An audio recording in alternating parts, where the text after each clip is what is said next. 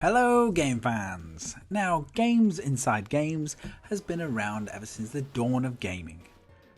Back in 1987, the first Final Fantasy game had a sliding puzzle minigame that was as an Easter egg.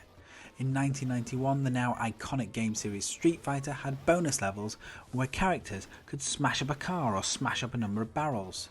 More recently, we have seen full games being released that started life as minigames. A notable example of this is Geometry Wars, which featured in the game Project Gotham Racing 2 by Blizzard Creation on the original Xbox. Similarly, games that have been released that are nothing but minigames, such as Mario Party and Nintendo Land. In more adult themed games, it has become more and more common to see gambling games appear in many of the AAA titles. Titles such as Grand Theft Auto San Andreas had a full working casino with all the trimmings and all the different games. The rumour mill has been churning out theories that the record-breaking GTA 5 will soon have a casino expansion due to the fact that there is a closed casino on the outskirts of town with the sign opening soon. So to celebrate all the gambling minigames found in the big budget video games, I want to share my top 5 that I've enjoyed on the Xbox 360 and the Xbox One. Here's my list.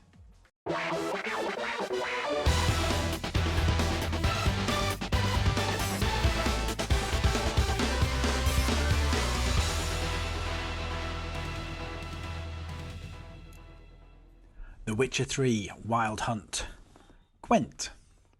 Gwent is a card game invented by dwarves and finessed not only through the ages but also through the Witcher games.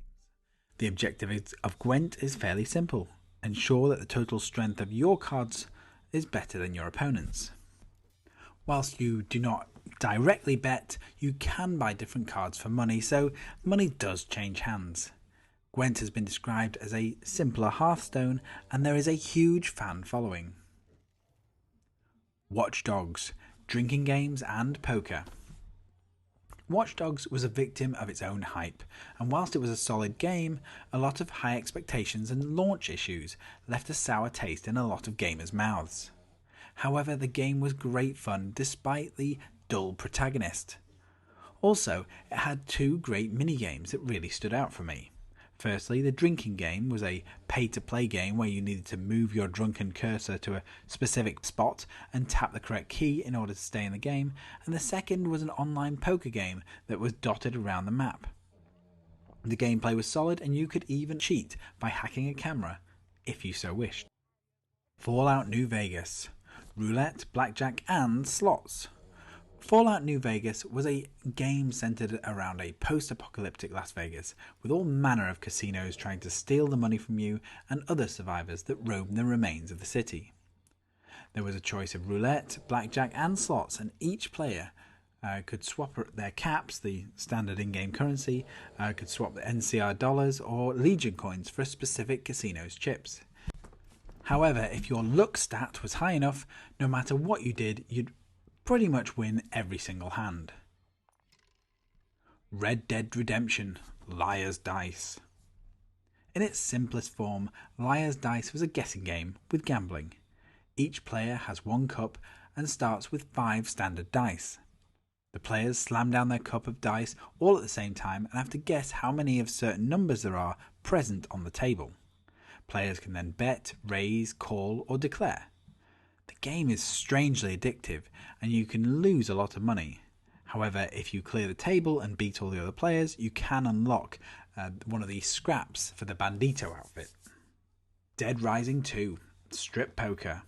My final game has to be the strip poker in Dead Rising 2. It was a hugely underrated game and I thoroughly enjoyed it. Dead Rising 2 had a motocross rider, an infected little girl to save, craftable weapons and the town of Fortune City to explore.